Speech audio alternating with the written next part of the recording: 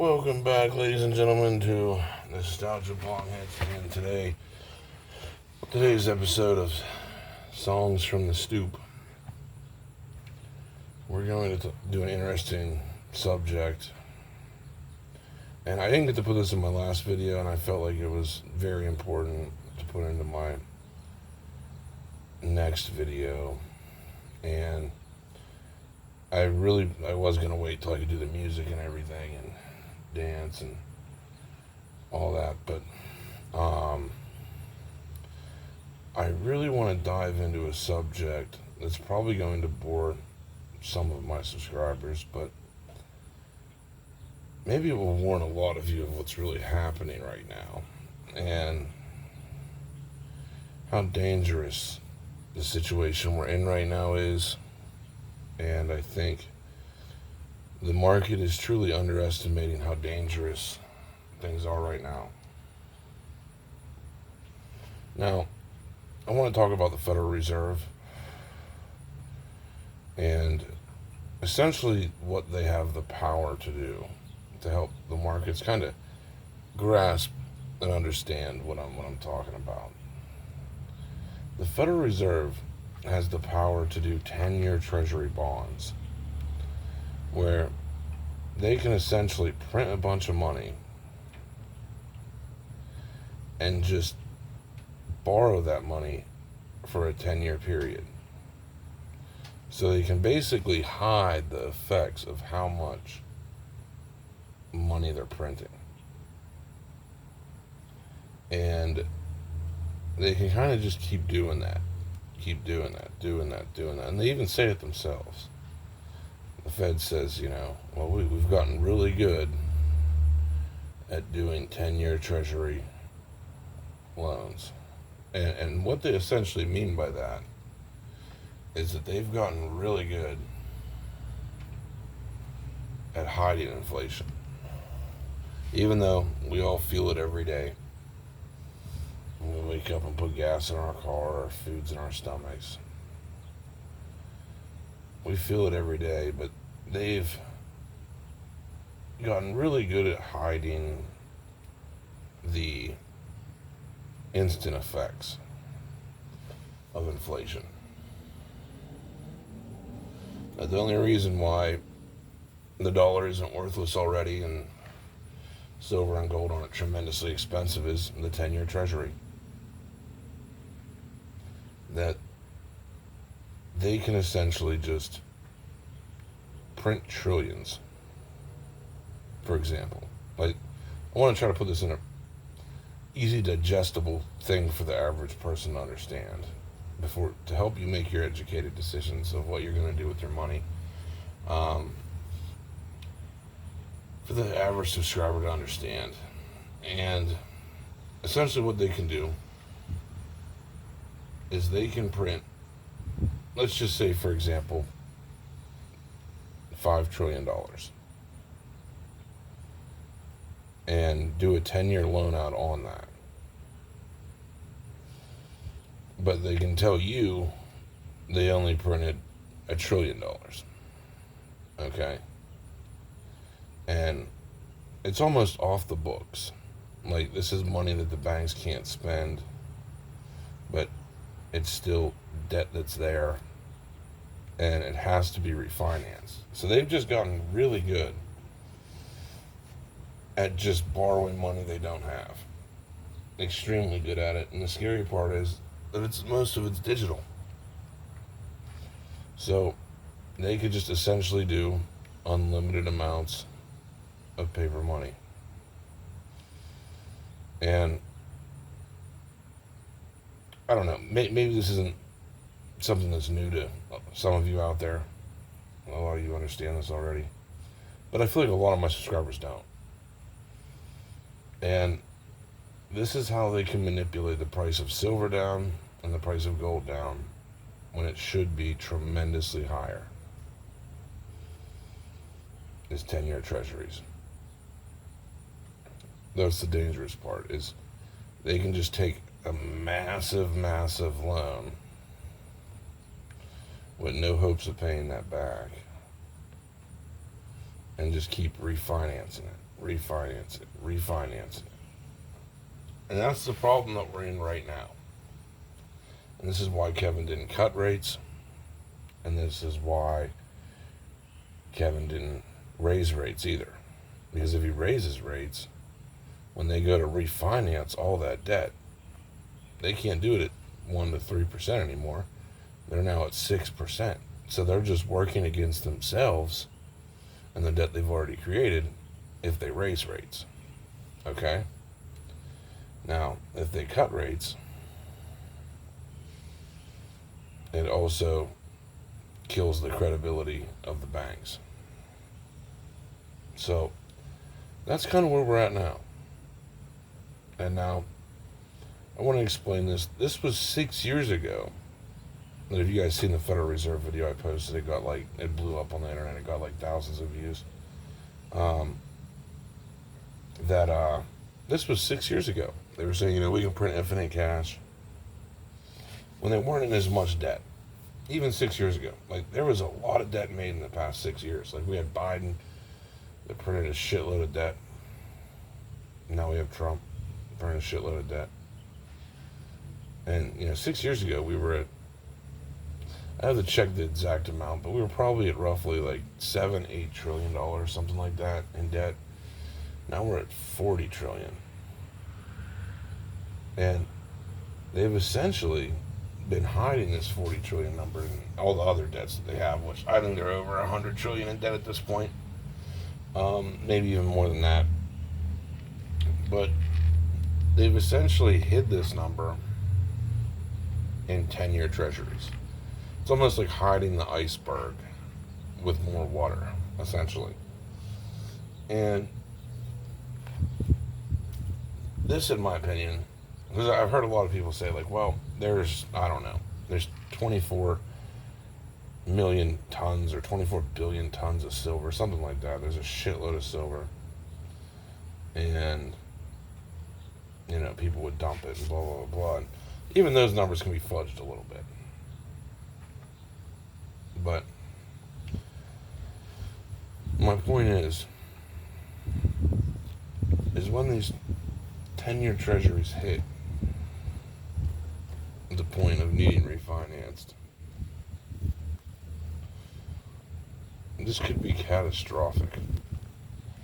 And I really don't understand in 2026 why the markets are so calm. And I mean, I'm not saying $50 an ounce silver is very calm. Well, $60 an ounce is where it's at now. Started to go up after Warsh's meeting.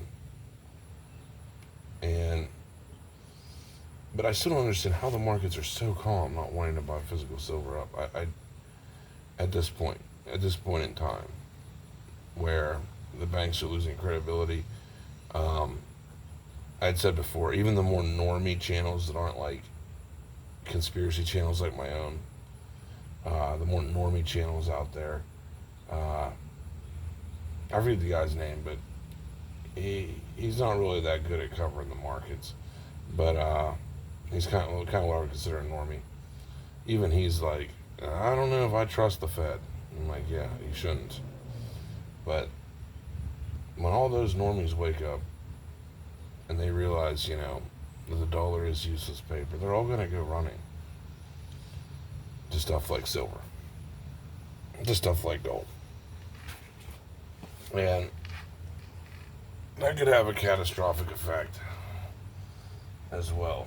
But in my opinion, we're pretty much at the end of the road where something has to break. I don't see any other way. There's just too much debt for it not to have some crazy effect on the metals prices. But that's what you've been witnessing these past couple years, is an extremely fake market designed to suppress silver as hard as it possibly can, because if silver skyrockets, then the paper cash loses all credibility in people's minds. And we're witnessing that battle right now where they're just losing control. this might even help. Is 6 years ago, Bitcoin was $11,000, and when that Federal Reserve video was released, someone said, give me my Bitcoin. Well, I went over this last night, just did the math for myself out of pure just being a math nerd myself, and Bitcoin was 11 grand. So, I mean, the guy would have made, saying he sold at 120, he would have 12x his money. But let's just compare the crash to crash, because silver and Bitcoin have done roughly the same thing. They both had runs from, $11 an ounce of silver, 11 grand with Bitcoin. They both ran to 60 grand, then 120, and 120 grand with Bitcoin, and then they crashed back down to 60. But silver was roughly $20 an ounce in 2011. No, it's not 2011. 2001. 20? So it was roughly, yeah, something like that. But anyway, so silver went from like, I think 11 grand in silver would be like 30 grand today, and 11 grand in Bitcoin would be 60 grand today. So even Bitcoin has in a way ran past silver, but not really. Because if you bought silver, if you sold your Bitcoin at a certain time and then bought silver, it's kind of confusing to explain this, but if you sold your Bitcoin at 120 grand, at 120 grand, bought silver at $20 an ounce, and then sold it at 120, you actually made way more money on silver than Bitcoin. But I digress. So the point of this video is, though, is the price of Bitcoin, a fake asset, has in a way done better than silver over a year period. Like I said, over the 6 year period, it's kind of an interesting argument, but that to me kind of shows the price of silver has just been massively suppressed, and it still is. And I mean, $50, like I said, $50, $60 an ounce silver is still nothing to sneeze at. And that's still an incredible run up. 60x gain since, the 60s when silver was cheap. But we're at a great decoupling where silver's been completely papered over to hide the price. And I really think it is the next get-rich opportunity. That even though it seems so unpopular to say, because I would like to say Pokemon's the next get-rich opportunity. And it possibly is. I mean, Pokemon will probably continue to go up.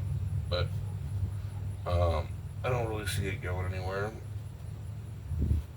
But a lot of the things have already went up, like I said. That you can't really get in half of these Pokemon things that I went over on the channel because they're already too expensive and you missed the boat and you don't need me to tell you. So that leaves us with one thing: silver. Silver at $58 an ounce while the markets are calm. And I'm telling you, if some jackass like myself can realize this, and I know about the 10-year treasuries and how big of a scam they are,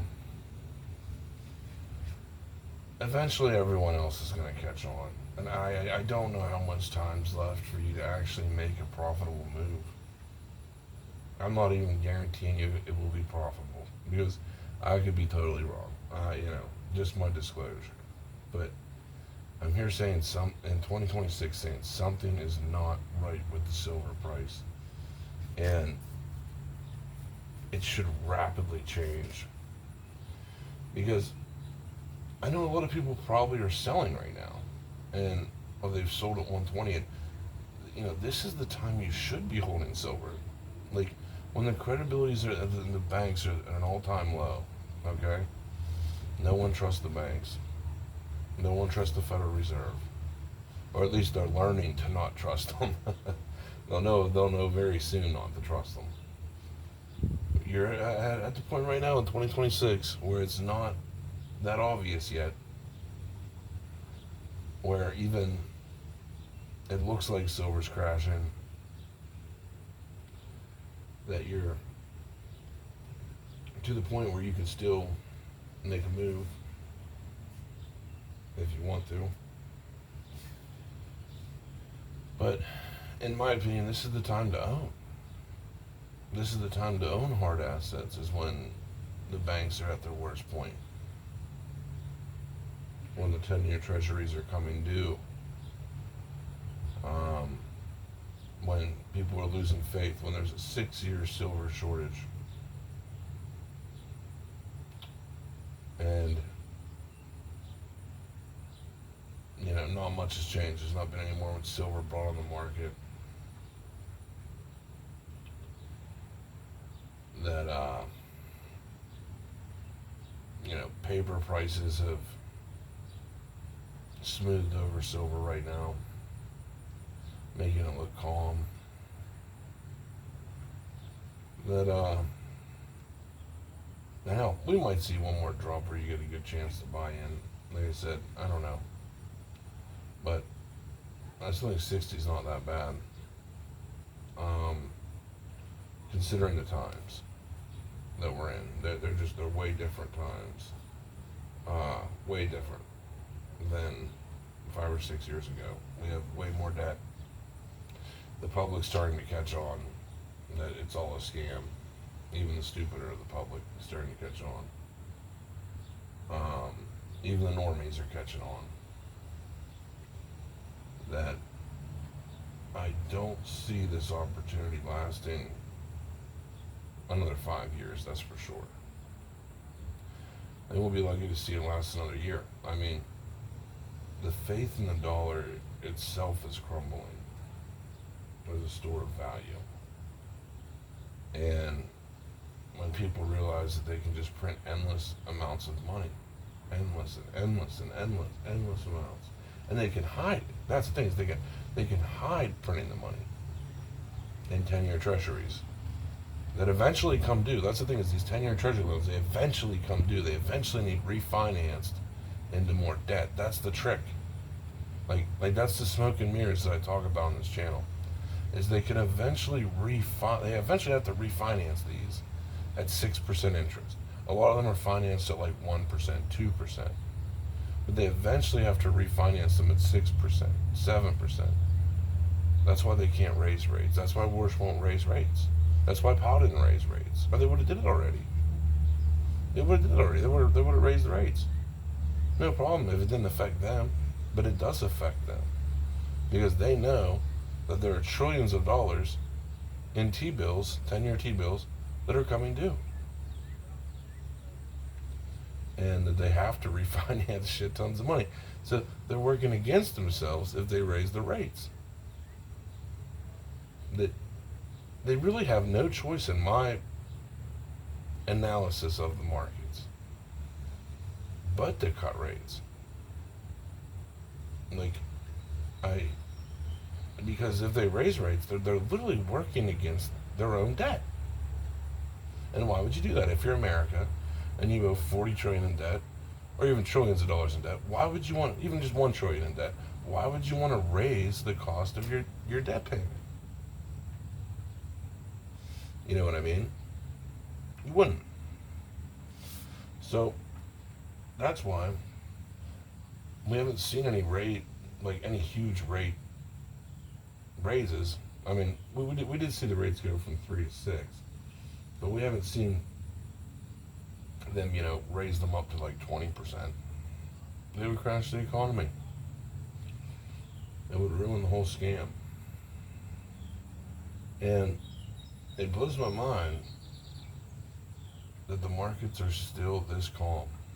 I mean, they're not calm. by any means. We've just seen the stock market crash a good bit.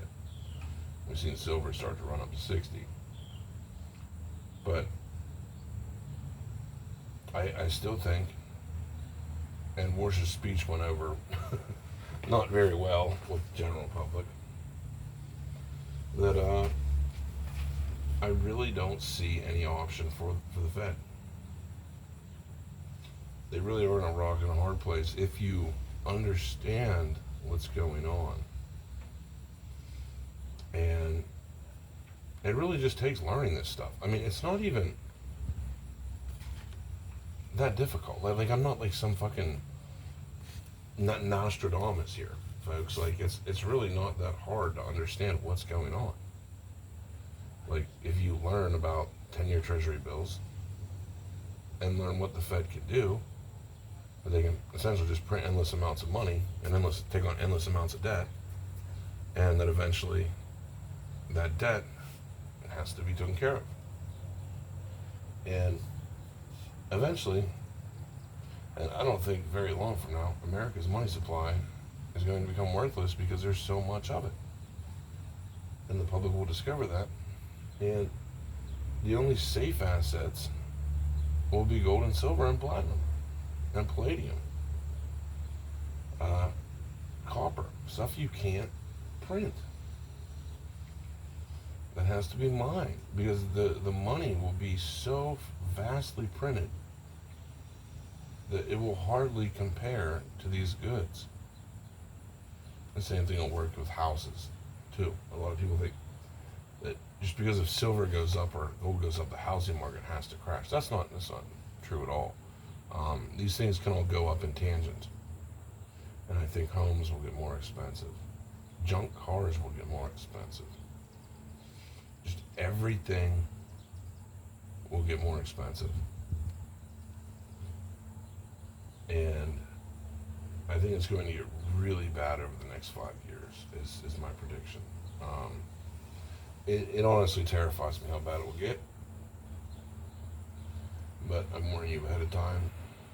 You still have the chance to prepare, and even myself, I've been buying up more silver in the 50s, dollar cost averaging, because I know, I don't want to say this is a guarantee, but from my research, that I look at this as all smoke and mirrors, and eventually it has to fail. The bank should have never been in charge of people's finances, period. The dollar should have never been created by the Fed. We should have never had a Federal Reserve Bank. And I mean, eventually it comes to an end. And when these 10-year Treasury bills come in, and they all need refinanced, which will be trillions and trillions and trillions of dollars, the government will be fucked. They'll just print more and more and more and more money. And it will raise the prices of assets. So, I don't know. Do with this information what you will. I will say this. Something else I want to talk about is, real quick before I get off this one, is you probably should not watch channels, and I hate to say this, but like a Possum Bud or Kira, for example, like these types of channels, like the Perma Bears and Pokemon, because they will literally tell you not to buy anything. Like, I remember hearing them all say, Dustin Riles for $200 is crazy, and when you watch these Perma Bear channels, they kind of make you a Perma Bear, and so you don't invest, and then you missed out. But I don't know. That's just the last announcement I really wanted to give on this video is that a lot of channels, especially Pokemon channels out there, are just extremely bearish no matter what. Like Kenny Boulder, that you should really try to watch some of the channels that are actually more bullish on things. Because sometimes that's just the reality. That people are bullish on things for a reason. And then they turn out to be right. But not everything a doom and gloom bear trap. I mean, a bull trap. But anyway, that's mostly everything I wanted to cover today. But I mean, do your own research. You know, dig into the 10-year T-bills. A lot of it's available out there to learn. And what the Federal Reserve can do, the power that they have to do, the rules of the land. And, you know, like I said, none of the fiat's backed by anything. So they can just, you know, just keep printing money. And really all it is just paper. Paper not backed by any real substance. And silver and gold are the substance that have now just been discontinued out of the money supply for the longest time now. And inflation eventually has to kick silver and gold's ass to the moon. And I think right now we're just incredible buying times for the circumstances. I really do. Like, when you know the information you know, that they can just keep printing money endlessly, I don't see why someone would not want to own silver when they have that type of power against you. You know what I mean? That they can just devalue your money every day that you have to work for. Why not cut them off from doing that? And I understand a lot of you could say, well, silver got devalued though. It was $120 an ounce, now it's down to 60. I mean, yeah, temporarily. No, you know, I'd be lying if I didn't say silver wasn't volatile. But the long-term trend behind it is very bullish. And I hate to even say long-term trend. I think in the next fucking 2 years. But I think it's a very bullish trend incoming. But anyway, hope you guys enjoyed it. Wow.